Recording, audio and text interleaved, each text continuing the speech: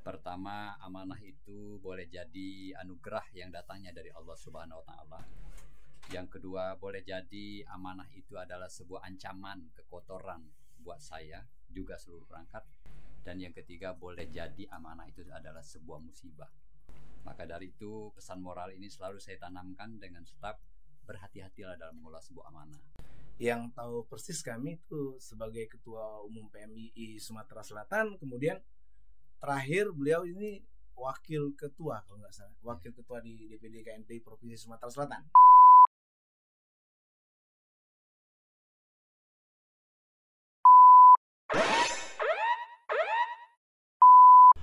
Selamat datang para saudara-saudara sekalian, dulur sekalian, para kamerad sekalian di siaran perdana RDP Podcast pada tanggal 11 Oktober 2025.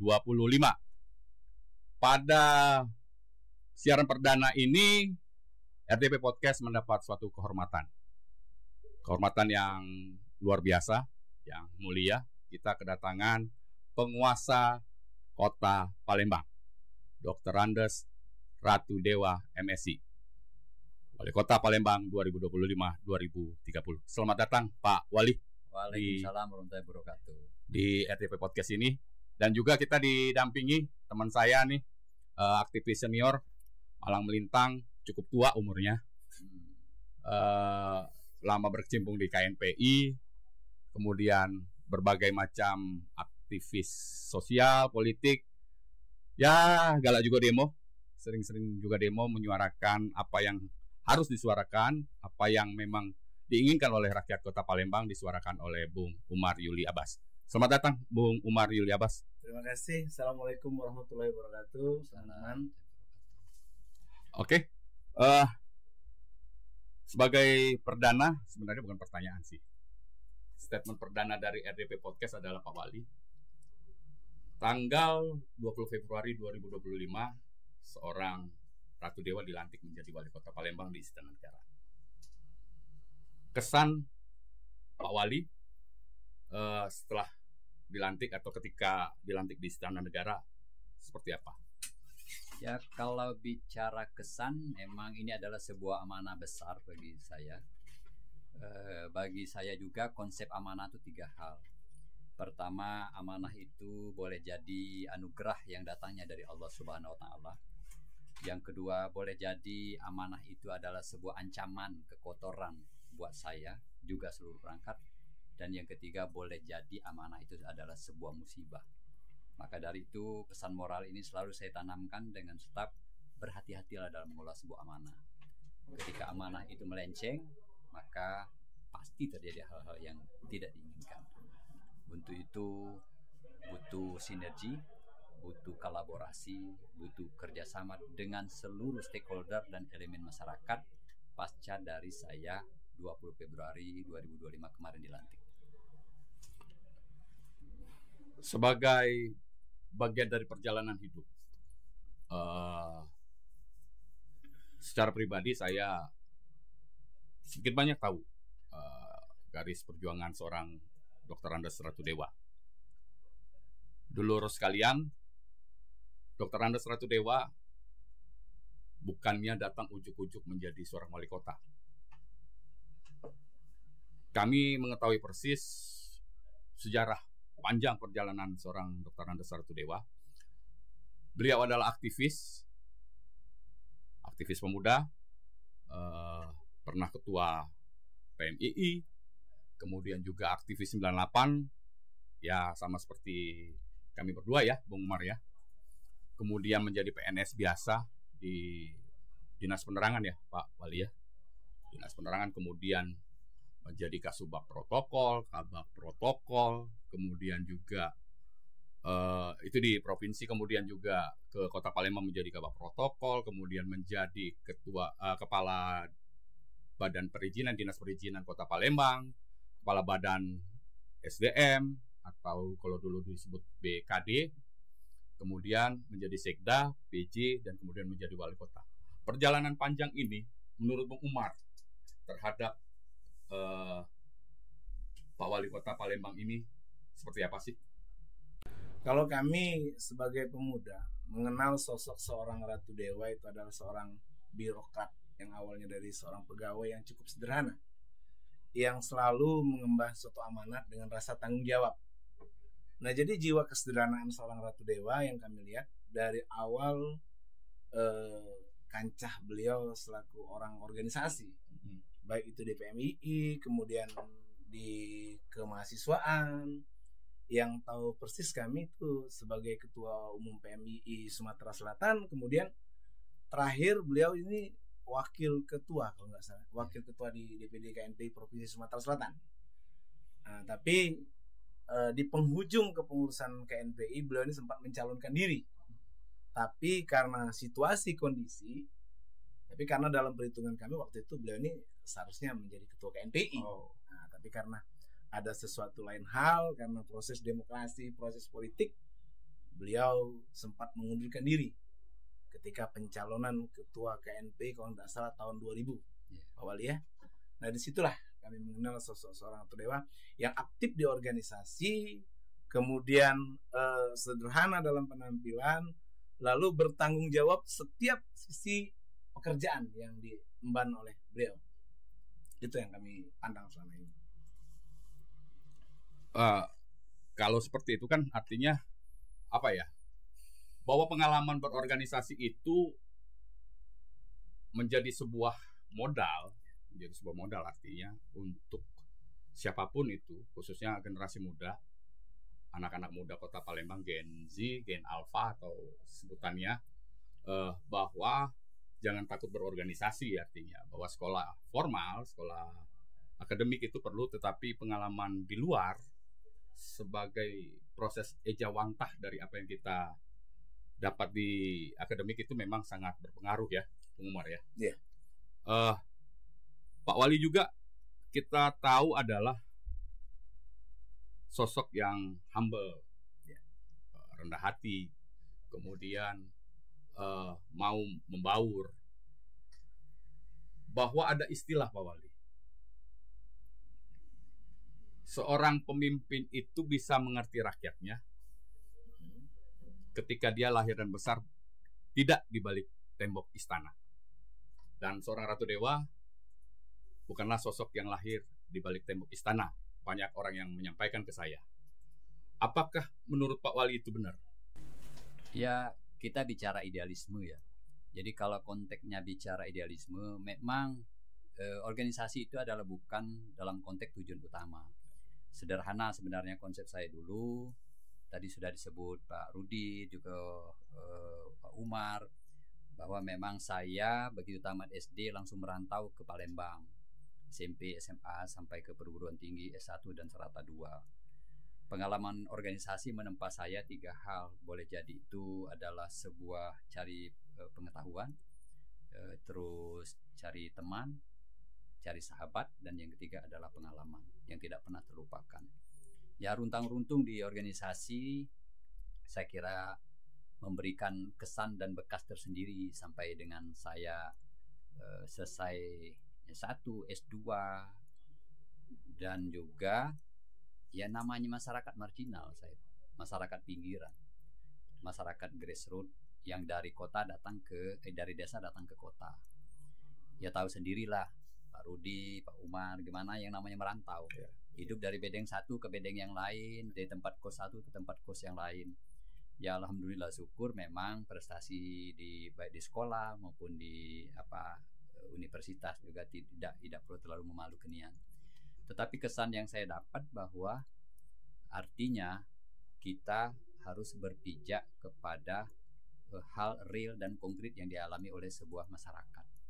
Artinya tadi bicara denyut nadi, tapi kalau hanya bersifat konseptual, kita tidak merasakan dan tingkat keterasan itu hanya di permukaan, saya kira juga percuma. Makanya saya begitu kemarin di organisasi, ya modal tidak punya pulau modal yang muluk-muluk, cuman bermodalkan ya etika dan akhlakul karimah, menjaga itu semua.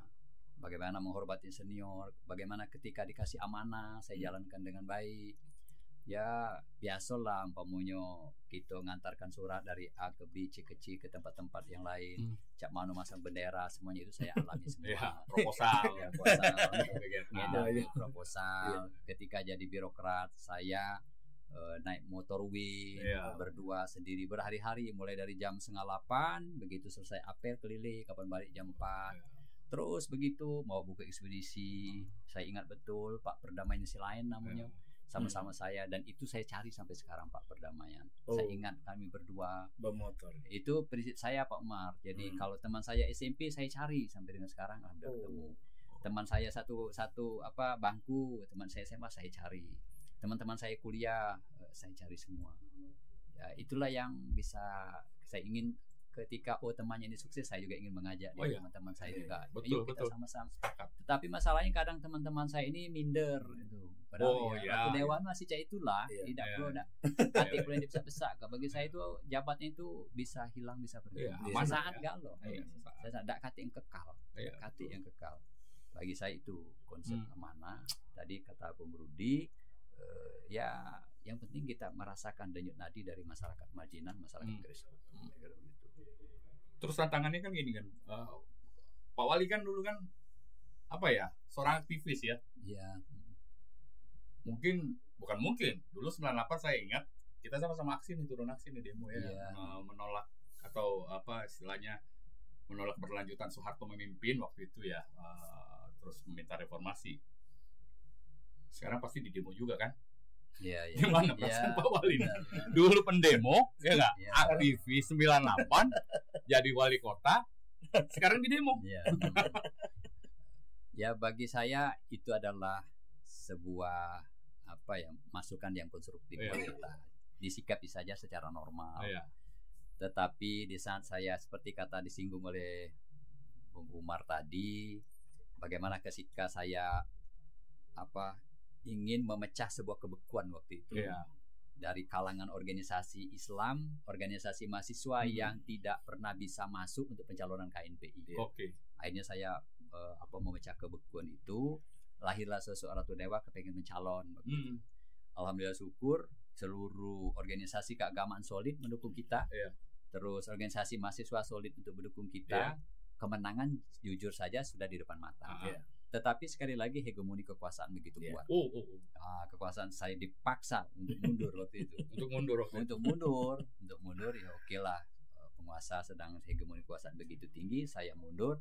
Dan di saat itu juga saya putuskan saya tidak akan pernah lagi duduk di KNPI. Karena rasa kekesalan, rasa kekecewaan saya. Padahal saya ingin teman-teman mahasiswa, teman-teman organisasi keagamaan sudah solid, kompak. Kelompok Cipayung mengatakan saya semua solid. Karena waktu itu sedang berkuasa ya, namanya kekuasaan. Maka pada endingnya saat itu saya tidak lagi aktif di organisasi KNPI saat itu.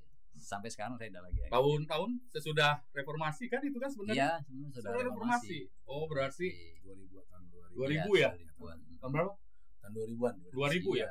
Berarti kan Soeharto lah turun. Wah, ini berarti tuh penguasa saat itu tuh masih sisa-sisa dari Orde Baru gitu. Ya enggak? Masih represi. CS. Nggak boleh demokrasi. Dan berarti ini menjadi sebuah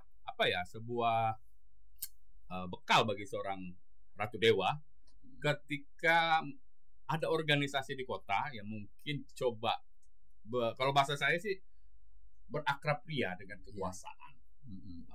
Kemudian mungkin dia mencoba mengelaborasi dan akhirnya terkesan organisasi itu adalah bagian dari pemerintah Kota Palembang. Apakah penilaian masyarakat itu juga dengan peristiwa yang lalu, apakah itu mempengaruhi penilaian Pak Wali Kota terhadap organisasi-organisasi yang coba membantu pemerintah Kota Palembang dalam hal mensosialisasikan program-program pemerintahan Kota Palembang, atau dia menjadikan sebuah bahan kritik otokritik terhadap pemerintah Kota Palembang? Dan posisi Pak Wali gimana tuh? Yang saya alami itu kan tidak hanya sekedar bekal, tapi penempaan diri. Penempaan diri, bagaimana dulunya saya punya idealisme yang kuat, daya kritisnya juga yang kuat. Nah saat ini kan saya ini berada di kekuasaan, makanya teman-teman para aktivis baik yang tergabung dalam bentuk apapun, baik di organisasi mahasiswa, LSM dan lain sebagainya, bagi saya ini adalah sebuah hubungan kemitraan. Kemitraan saya juga harus menyikapinya secara konstruktif juga. Mereka punya idealisme, mereka punya konsep, ya kita sama-sama membangun pemerintahan ini dengan baik. Bicara pemerintahan, pembangunan juga masalah kemasyarakatan. Jangan sampai kalau teman-teman saya lihat merubah mindset dari pegawai negeri sipil ini ketika datang para aktivis kok sudah a priori duluan. Padahal jangan. Ayo diajak gabung sama-sama, dihimpun sama-sama, ayo kita sama-sama membangun kota Palembang. Saya ini kan cuman sekedar ya kepala daerah sebagai orang yang memainkan lokomotif ini. Ayo kita sama gerbong ini kita sampai nak dibawa kemana sama-sama, berbagi peran. Oh kamu di sini, kamu di sini, kamu di sini. Terlepas dari ada kekurangan dan kelebihan pasti itu ada. Pasti. Kita saling tutupi kekurangan dan kelebihan itu satu sama lain. Betul. Jadi jangan dianggap musuh menurut saya teman-teman para aktivis itu.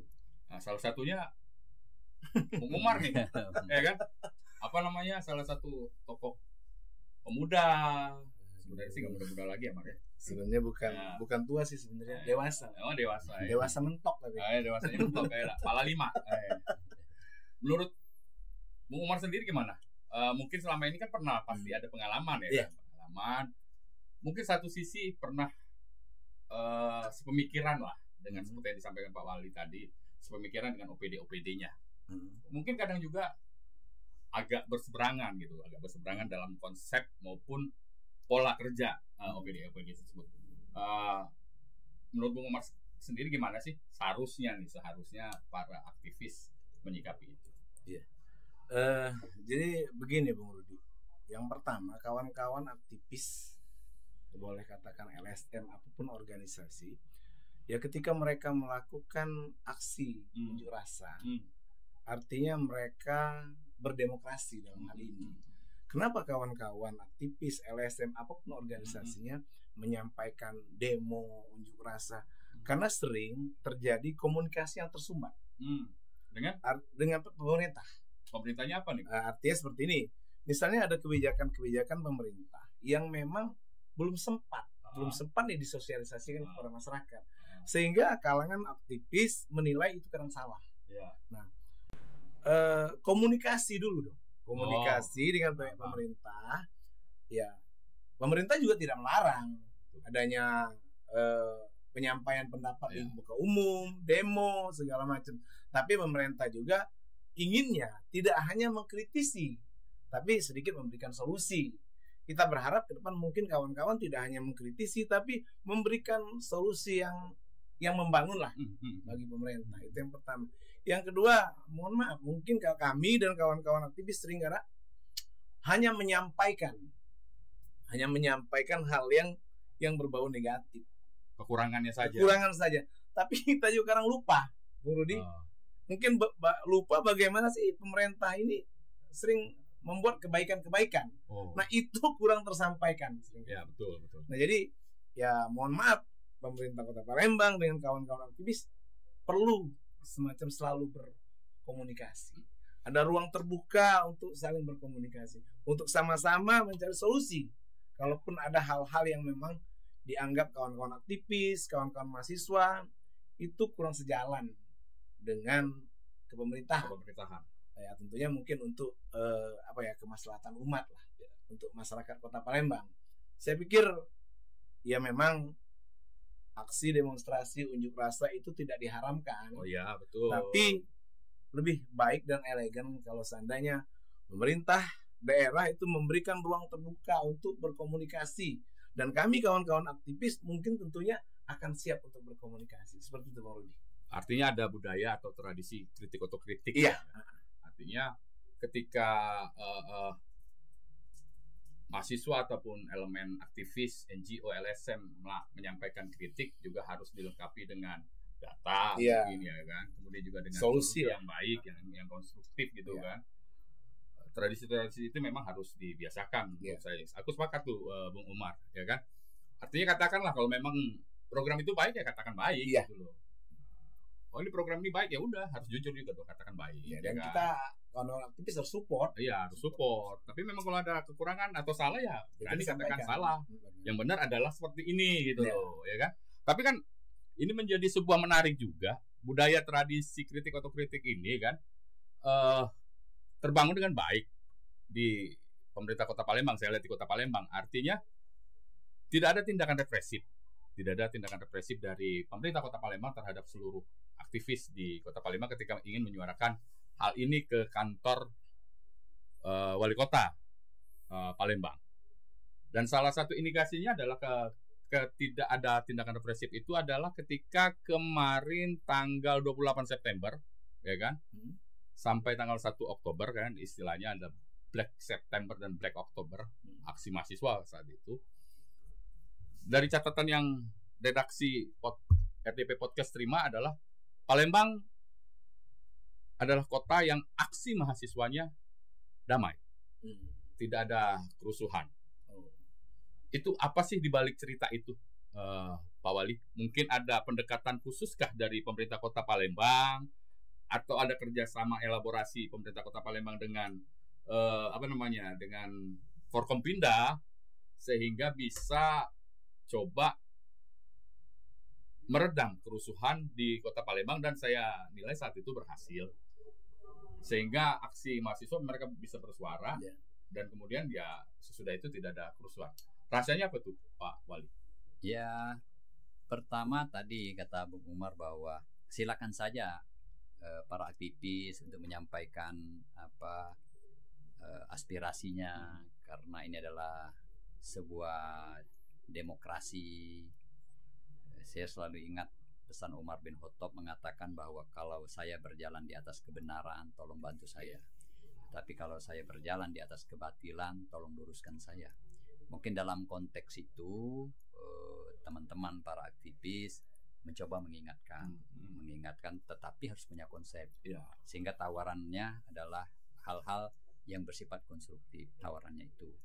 Terus kaitan dengan kemarin ada demonstrasi bahkan seluruh Indonesia, ya alhamdulillah syukur teman-teman mahasiswa cukup kondusif lah, kondusif, aman, tertib dan lancar. Patut kita berikan apresiasi buat teman-teman mahasiswa. Nah, di balik cerita itu semua memang dari awal kita selalu intentnya komunikasi secara internal di kalangan pemerintah sendiri. Yang kedua adalah dengan Forkominda. Yang ketiga adalah dengan elemen-elemen masyarakat yang dalam hal ini para senior-senior aktivis juga saya coba ajak komunikasi. Saya yakin dan percaya aktivis kita kan punya pada kader-kadernya yang di tingkat bawah. Saya minta bantu mereka, tolong diredamkan kawan-kawan dari mahasiswa, silakan sampaikan aspirasinya dengan santun, dengan tertib, dengan aman, dengan lancar. Hati-hati, nanti ada penyusup dan lain sebagainya, termasuk teman-teman dari media cetak, elektronik, dan juga para admin. Itu kita komunikasi secara intensif dan alhamdulillah semuanya terbangun dengan baik. Forkomindanya juga dengan Pak Gubernur dan lain sebagainya terpelihara dengan baik. Ya ujung-ujungnya alhamdulillah unjuk rasa demonstrasi yang kemarin terjadi benar-benar kondusif, tidak ada sesuatu yang lain hal. Kalau menurut Bung Umar gimana tuh? Aku nih istilahnya ya, saya nih yakin nih pasti Bung Umar nih ya tahu cerita nih di balik Black September. Ya dah 28 September, wah, Black September istilahnya. Jadi yang dari awal kita lihat ada beberapa daerah daerah Indonesia Timur khususnya. Jakarta udah mulai memanas Artinya katakanlah mungkin ada provokasi. Iya, betul. Nah, alhamdulillah mungkin kawan-kawan mahasiswa, kemudian kawan-kawan senior mahasiswa ya berpikir lebih dewasa mungkin ya. Kemudian mereka bisa menyampaikan apa yang menjadi aspirasi kawan-kawan dengan baik dan santun. Sehingga mungkin juga ada terjalin komunikasi ya antara aparat pengamanan dengan kawan-kawan koordinator di lapangan. Sehingga apa yang kita tidak inginkan, misalnya ada chaos, ada keributan, ada pembakaran, walaupun sebenarnya pada malam itu sempat terjadi kan, ada semacam insiden kerusuhan. DPRD sempat terbakar ya. Iya. Tapi kita lihat itu bukan kawan-kawan aktivis sebenarnya, bukan kawan-kawan aktivis. Serius nih? Kalau iya kalau Serius? bukan, Oh, saya bukan yakin itu bukan aktivis ya? kawan aktivis. Oh iya, siap. Kalau kawan-kawan aktivis ya ketika apa yang akan mereka sampaikan, kemudian pemerintah daerah waktu itu mungkin kalangan DPR provinsi bisa menerima, mereka datang ke panggung, mereka ketika kawan-kawan mahasiswa dengan berbagai elemen menyampaikan, mereka sambut dengan baik dan mereka berjanji, malah sempat disumpah-sumpah segala waktu itu kan. Oh, sumpah Al-Qur'an ya. Sumpah Al-Qur'an ketua DPRD. Iya. Akhirnya kan kawan-kawan kan kondusif ya. Dan tidak ada dan kita sama-sama, mungkin kawan-kawan mahasiswa sama-sama menjaga kondisi itu, jangan sampai ada provokator yang masuk. Ketemu nggak ketika kondisi di lapangan ada gerakan lah. Jadi waktu itu kita alami memang setelah hampir selesai ada semacam letupan di ujung, tapi sempat diantisipasi waktu itu. Ada yang akan membakar kembang api waktu itu. Api ya? Iya. Flare. Iya. Apakah itu memang provokator yang memang mencoba untuk membuat situasi jadi rusuh? Akhirnya aparat keamanan segera mungkin melakukan antisipasi kan. Ya, alhamdulillah. Mencoba meminimalkan aksi itu supaya jangan represif, seperti itu ya Pak Wali ya. Iya.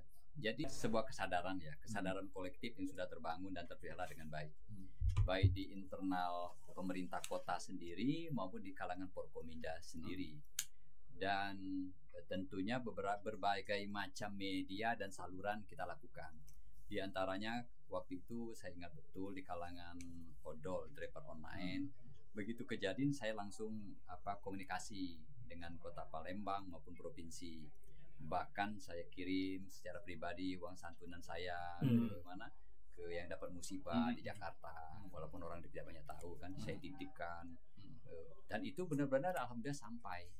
Bahkan orang tuanya yang kena musibah mengucapkan terima kasih melalui ketua odol Kota Palembang ke saya, dan itu tidak pernah saya publish.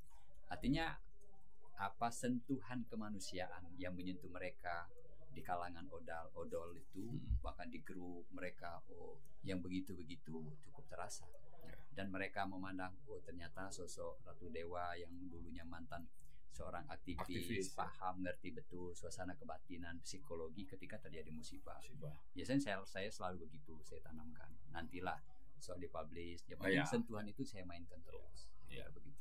Cara wong dusun lah. Orang dusun ya. Cara aktivis lah, ya kan. Cara aktivis ya kayak gitu.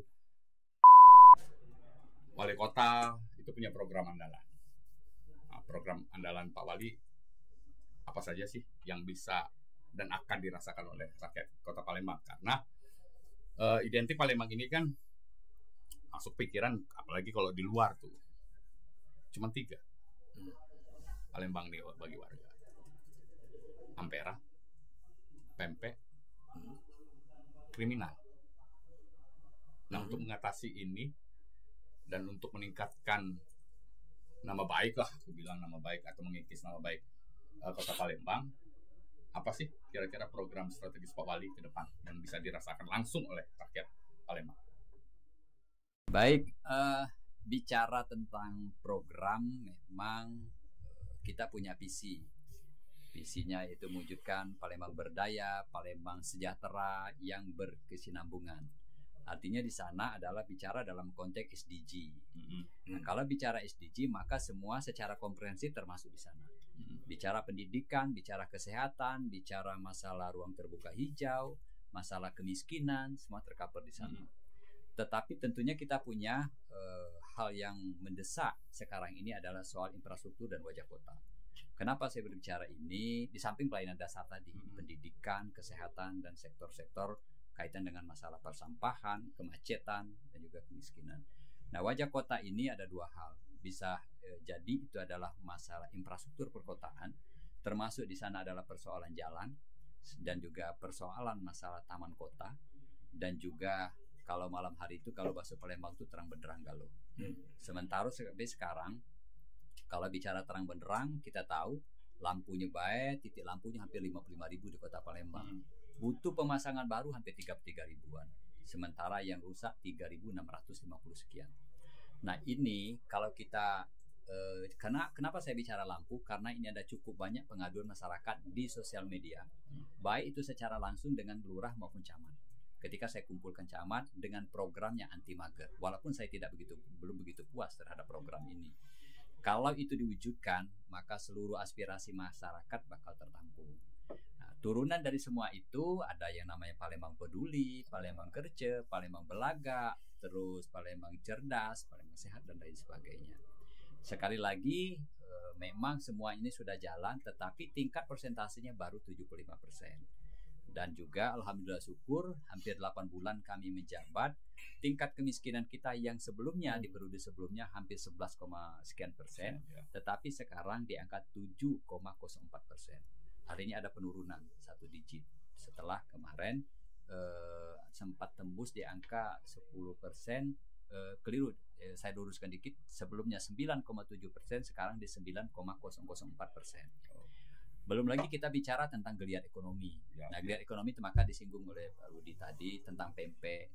Itu salah satu potensi yang menggeliatkan perekonomian kita sekarang di 5,13%. Pempek, bicara pempek, memang sekarang pempek yang keluar dari Palembang keluar baik internasional bahkan dunia itu 7 sampai 11 ton per hari. Belum kalau itu lebaran, Idul Adha maupun Idul Fitri, maka dia akan tembus di angka 25 sampai 30 ton per hari. Artinya pempek juga cukup menjanjikan. Tetapi bagi saya yang penting bukan bicara dalam skala makro, tetapi kita bicara UMKM kecil dan mikro. Sejauh mana kita memberdayakan ini sehingga menjadi geliat ekonomi yang jumlahnya 97.300 UMKM kecil dan mikro ini benar-benar diberdayakan. Gimana cara berdayakan? Tentunya kita bicara permodalan, kita bicara pemasaran, kita bicara tentang packagingnya bagaimana, bagaimana dia mengelola sosmed dengan baik. Ini yang belum. Makanya ketika itu saya suruh dengan koperasi UMKM, ayo kerjasama dengan Kemenak sehingga mereka free gratis sertifikasi halal. Jangan lagi mereka dibebankan. Betul. Bahkan cita-cita besar saya Pak Rudi, Bang Umar, bagaimana kawasan pemberdayaan UMKM ini ada memang ruang khusus, tempat khusus, mereka silakan di sana pedagang kuliner, pedagang apapun itu memang mereka ada ruang-ruang khusus. Jadi bicara tentang tingkat kriminal, sebenarnya karena saya ini turun langsung ke bawah, cukup merasakan kadang ada begal, ada copet, ada pemalakan dan lain sebagainya. Memang ada ranahnya masing-masing. Oh, ini pemerintah kota, ini dari pihak TNI, ini pihak Polri. Dan itu selalu intern kami koordinasikan. Karena saya ini alhamdulillah syukur Pak Rudi, Bang Umar cukup aktif di sosial media.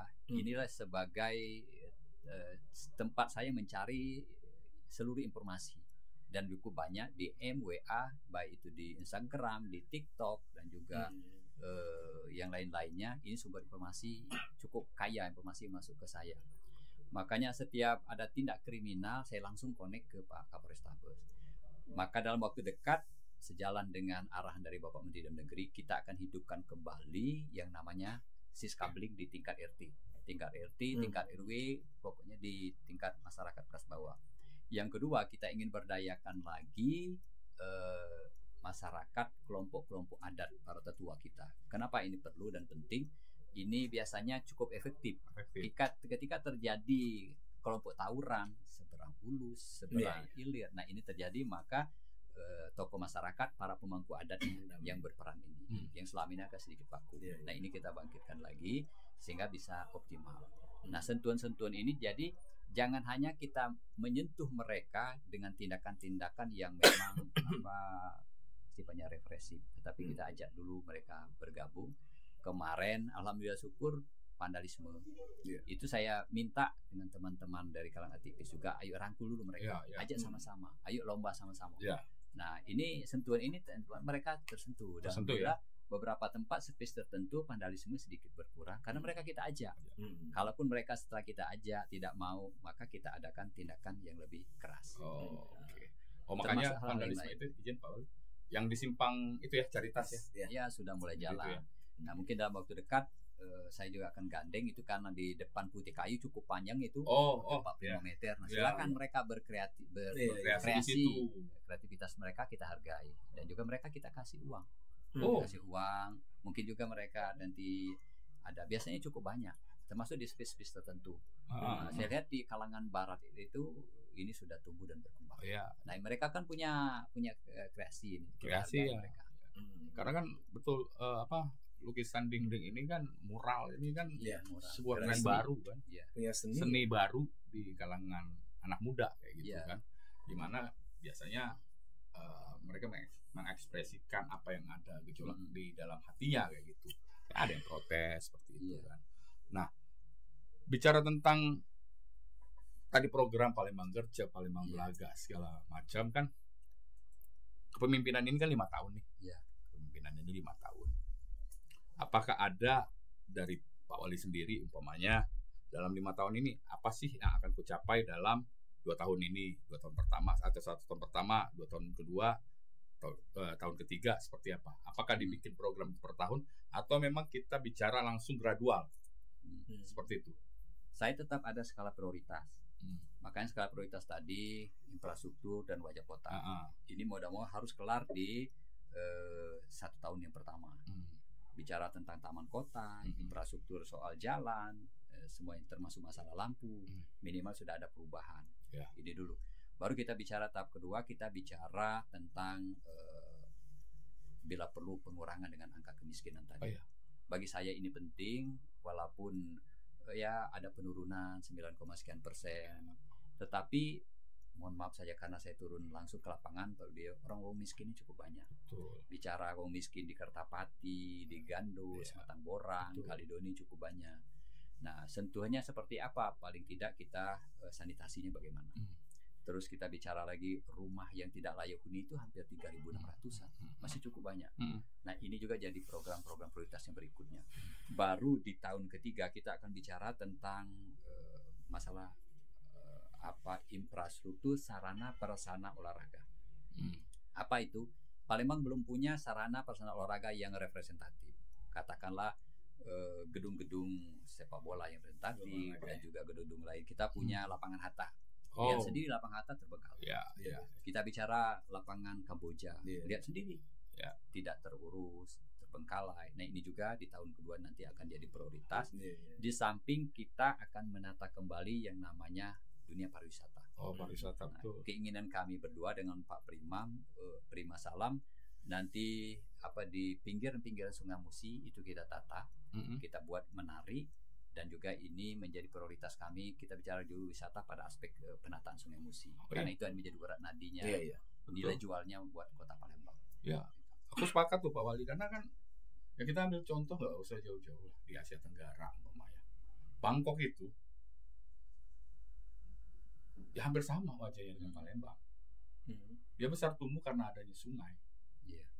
Ya kan? Ya lepas dari ininya ya ada wisata yang lain gitu. Kalau bahasa orang wisata malamnya. Tetapi ketika kita bicara Bangkok, dia bisa mengelola dengan baik dan memanfaatkan dengan baik sungainya menjadi sebuah tempat wisata dengan pasar terapungnya, dengan rumah terapungnya, kemudian segala macam hiburan terhadap kehidupan kota Bangkok, khususnya pariwisata. Dan ini memang sejalan dengan apa yang disampaikan Pak Wali barusan, bahwa pariwisata di tepian Sungai Musi itu harus dimanfaatkan. Iya. Ya, potensi Sungai Musi luar biasa. Tapi satu hal mungkin, Rudia. Pertama masalah kita clearkan dulu persoalan persampahan. Persampahan ini bagi saya cukup prioritas karena ini pelayanan dasar. Maka kita punya proyek strategis nasional.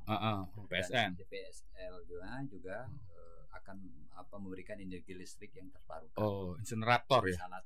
Insinerator. Ini di Oktober 2006 sudah mulai jalan. 2026. Progresnya sudah 57%. Kalau ini jalan, maka persoalan sampah Palembang clear dan selesai. Di samping itu kita optimalisasi terhadap bank sampah. Bank sampah di 107 kelurahan. Ini sudah 83 bank sampah. Betul. Yang ada di tingkat kelurahan. Nah, ini harus didorong terus. Itu dia persoalan sampah. Tetapi sampah yang ada di sungai tadi ini masih cukup banyak. Enceng gondoknya banyak, belum sampah-sampah yang lain juga cukup banyak. Maka di hulu maupun di hilir itu harus kita selesaikan. Maka saya sudah minta Dinas Lingkungan Hidup harus membeli sebuah alat yang bisa mengambil sampah-sampah yang ada di Sungai Musi. Karena ini menjadi urat nadinya. Sungai ada urat nadinya Palembang. Dan event-event yang berskala nasional, internasional sebagai nilai luhur, nilai budaya, nilai ekonomi juga, kelihatan ekonomi ini harus tumbuh dan berkembang.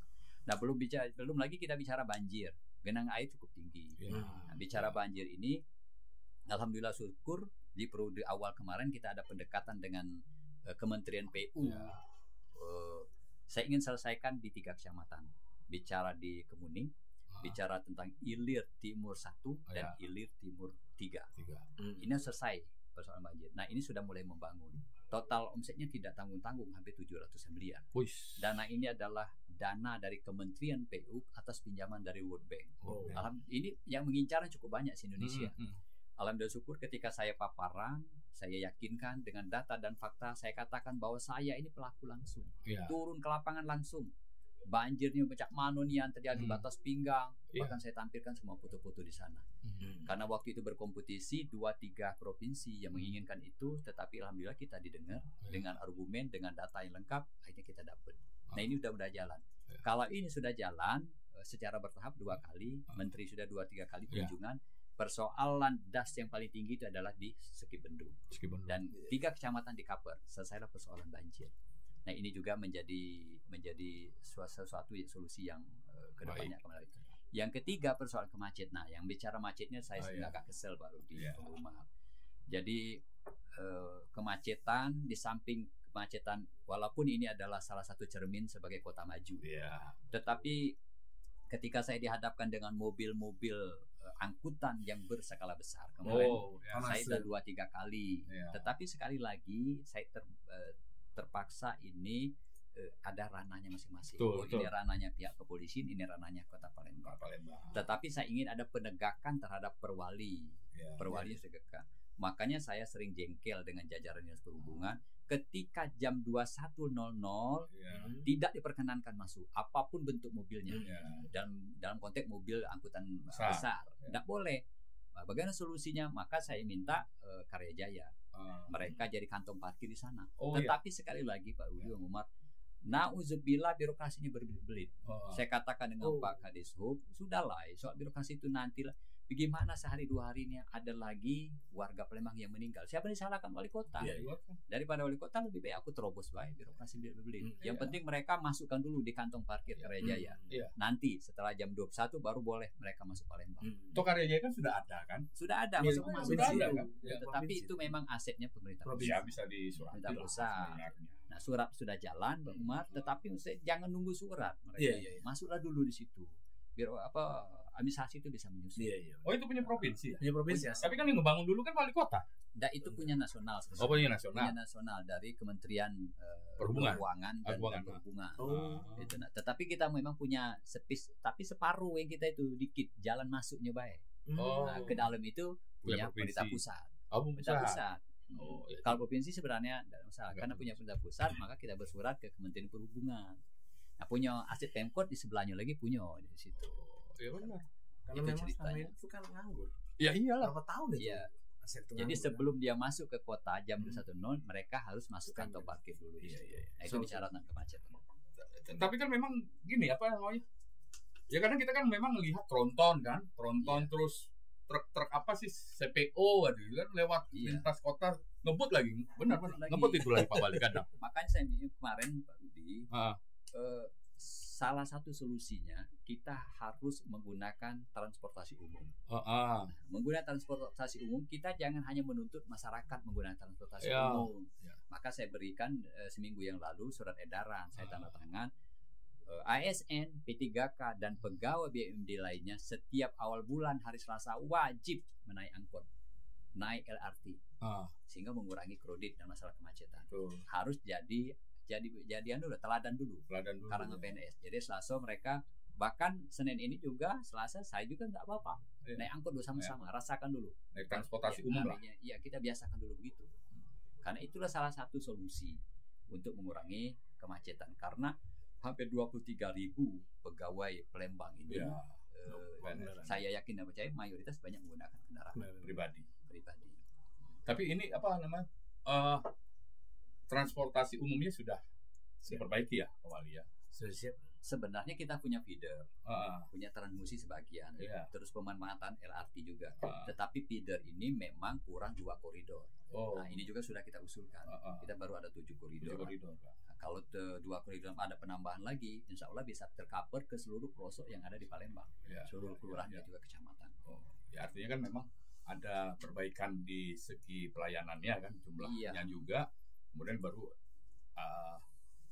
memerintahkan atau meminta ASN untuk jadi karena kita ini Rudi, karena terbentur birokrasinya terlalu panjang.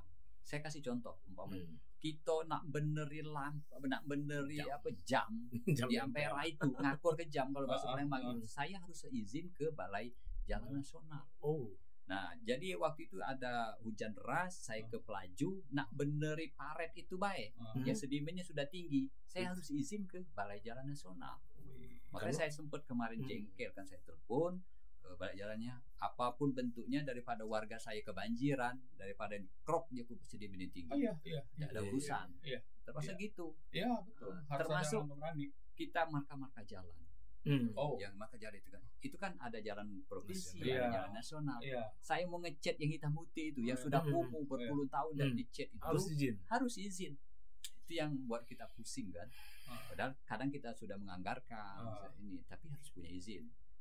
Termasuk di bawah-bawah tiang LRT, bagaimana taman-taman itu sudah kecil, jelek dan sebagainya, itu juga harus punya izin karena belum serah terima ke kita persoalan nasib itu yang sering jadi hambatan-hambatan kan, masalah pengelolaan aset.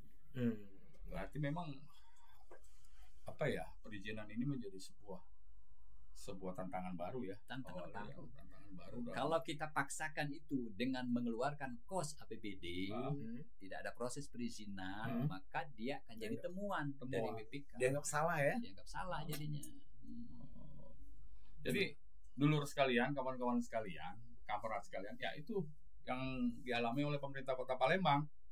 Artinya memang harus ada reformasi birokrasi yang memang benar-benar reformasi gitu loh. Artinya pendelegasian kekuasaan di era otonomi daerah ini sebenarnya harus jelas. Bahkan sebenarnya saya ingat itu Pak Wali, di awal-awal tahun 2000-an kan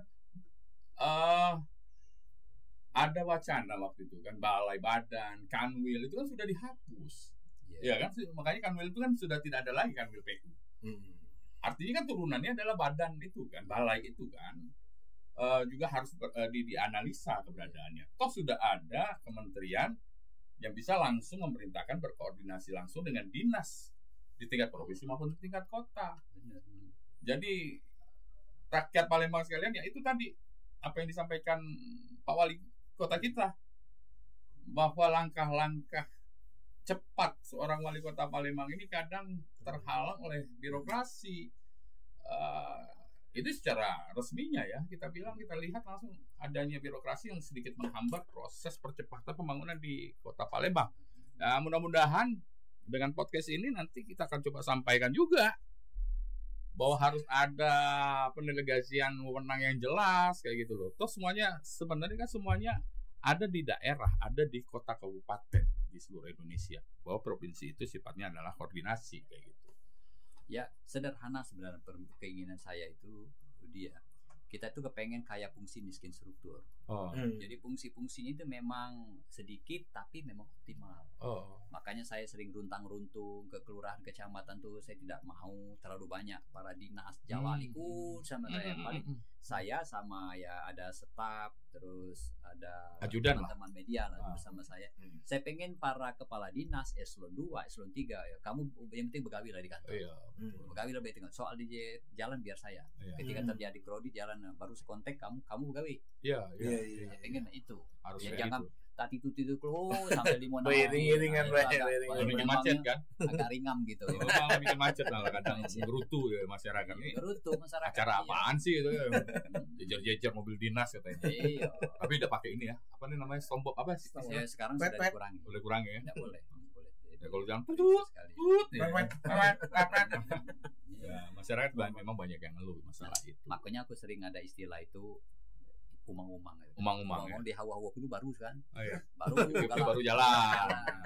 Terus yo siap-siap tidak betiti. Iya, udah betiti. Nah, itu yang sering aku temu di lapangan. Siapa. Pengen aku tuh siapa tuh langsung ada eksekusi. Iya. Siapa tuh seminggu berikutnya. Iya. Yang galak gitu, galak gerem gitu kan. Belum lagi di hawa-hawa dulu baru bergerak. Iya, paham. Aduh, karena itulah Gercep. merubah susah gitu tuh. Iya.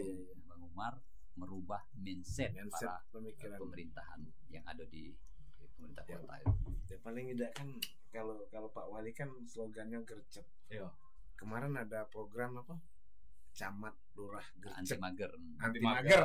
Anti mager. Coba itu diteruskan Pak Wali. Ya, Artinya memang OPD anti mager.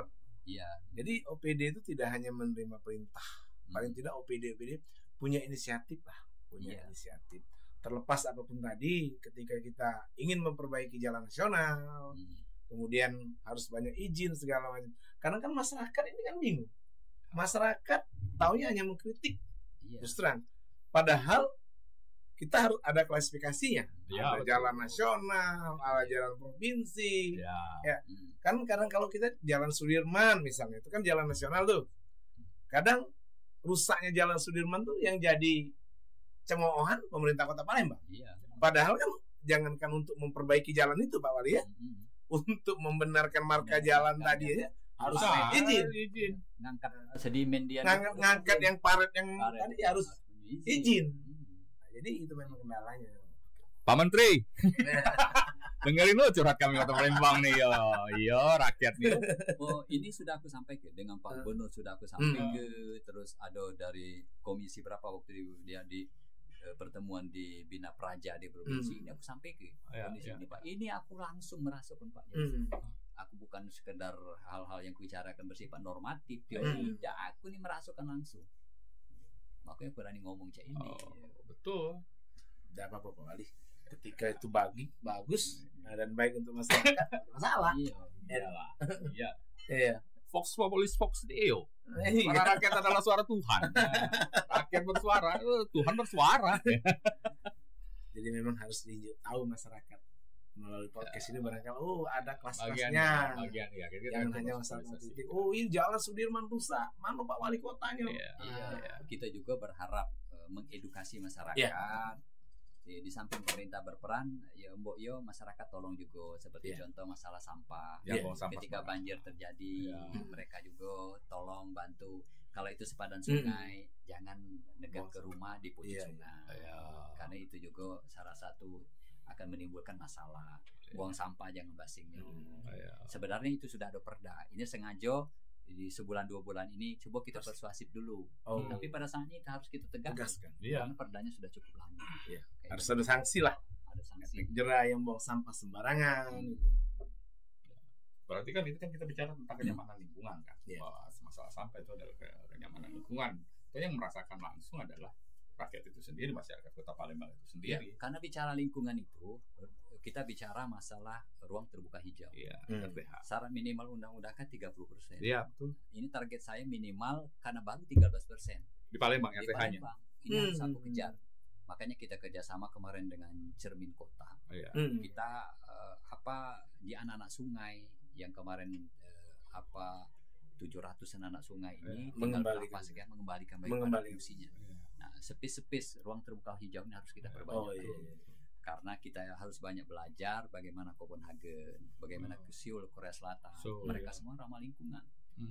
Bagaimana di tempat-tempat mereka nyaman. Terus burung-burung berkicau dengan pohon-pohon yang rindang. Mereka tetap perhatikan suasana lingkungan itu. Makanya keterlibatan rakyat tuh, masyarakat tuh memang harus langsung harus merasa mencintai memiliki Kota Palembang. Tapi kan ini juga menjadi masukan, menjadi dasar pemikiran, karena kan tingkat kemajuan satu kota itu kan IPM-nya kan, IPM itu kan ada 3 kan. Pendidikan, kesehatan, lalu tenaga kerja. Nah, kalau kita bicara tentang ketenaga kerjaan di Kota Palembang terhadap 3 unsur ini, salah satunya adalah ketenaga kerjaan di Kota Palembang. Dan saat ini kan eranya digital. adanya digital. Bagaimana kiat seorang wali kota Palembang membangun semangat dan membangun kemampuan generasi muda kota Palembang dalam hal menyikapi, memang ini adalah zamannya digital, sehingga anak muda Palembang bisa menggunakan teknologi sehingga tidak kaku ketika badan usaha milik negara atau perusahaan besar membutuhkan anak-anak Palembang sebagai pekerja di perusahaan tersebut. Ya, kita bicara tentang ketersediaan lapangan kerja bagi anak-anak muda generasi Z maupun generasi milenial yang mereka sekarang ini, era sekarang adalah era VUCA, semua sebuah kompleks, semua sebuah terbuka, apalagi sudah sistem AI sekarang. Maka dari itu saya sudah minta sebenarnya Dinas Tenaga Kerja polanya harus dirubah. Yang selama ini mereka biasanya berurusan ke Dinas Tenaga Kerja kaitan dengan mencari kesempatan untuk bekerja. Coba dirubah, kata saya kemarin waktu pembukaan di job fair. Pertama job fairnya harus jangan setahun sekali, 2 tahun sekali, sehingga kita banyak merekrut bagi tamatan-tamatan SMA juga S1. Jadi mereka tentunya kan mereka sudah punya database ini. Semua warga Palembang yang ingin mencari pekerjaan mereka sudah punya data. Dan juga disertai kompetensi masing-masing, backgroundnya semua sudah pasti sudah punya semua. Maka saya minta yang proaktif itu adalah tetap di Dinas Tenaga Kerja. Ketika ada peluang kerja di sini mereka sudah ada list, sampaikan Pak Ibu nama si Fulan ini silakan kamu datang ke sini karena kompetensinya sudah cocok dan pas, maka dia datang. Jangan lagi mereka harus buat lamaran yang macam-macam, buat belum bagi ruang materai segala macam. Jadi masyarakat itu benar-benar dibuat manja. Dilayani. Maka saya minta kaitan dengan masalah digital, era digitalisasi ini, mereka diumumkan. Tidak lagi mereka datang bawa berkas, harus dirubah. Maka perusahaan-perusahaan besar kemarin cukup banyak perusahaan besar yang mengikuti job fair. Tetapi saya minta dengan Disnaker ada skala prioritas penduduk lokal. Ketika ada penerimaan pegawai, maka minimal 30% harus penduduk asli Palembang. 30% KTP Palembang. Termasuk kemarin ketika Pusri ada penerimaan, jangan dulu yang asing. Mungkin ada kompetensi tertentu yang asing silakan, tetapi untuk pekerja-pekerja yang tingkat umum silakan kita rekrut dari Palembang. Termasuk di instalator juga. Pengelolaan pengelolaan sampah. PSL kita. Juga saya sudah minta dengan dirinya supaya tolong rekrutmen para pegawai diprioritaskan dulu. Warga Palembang. Nah, tentunya juga di tempat perusahaan besar yang lainnya. Oke. Terima kasih Pak Wali Kota gue atas waktunya datang di RDP Podcast tayang perdana.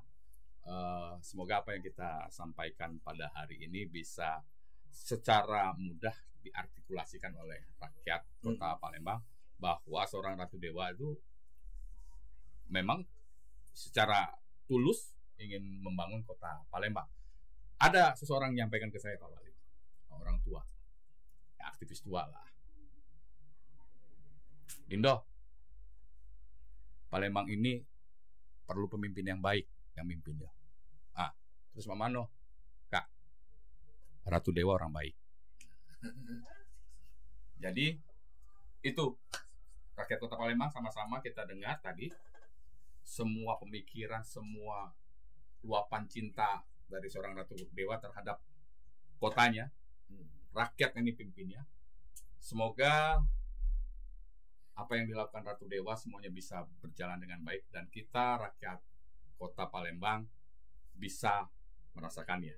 Sekali lagi kawan-kawan, rakyat Kota Palembang, dulur-dulurku sekalian, pepatah menyatakan Vox Populis Vox Deo, suara rakyat adalah suara Tuhan. Rakyat bersuara, maka pemimpin akan bekerja. Lah mulai belum? Ini kita nih. Sudah. Lah mulai. Oh ini yuk tahu keran. Pulang. Hujan. Iya. Langsung aja. Ulang mulu. Ulang. Ceknya apa ya? Oke, action mulai. Iya. 1, 2, 3.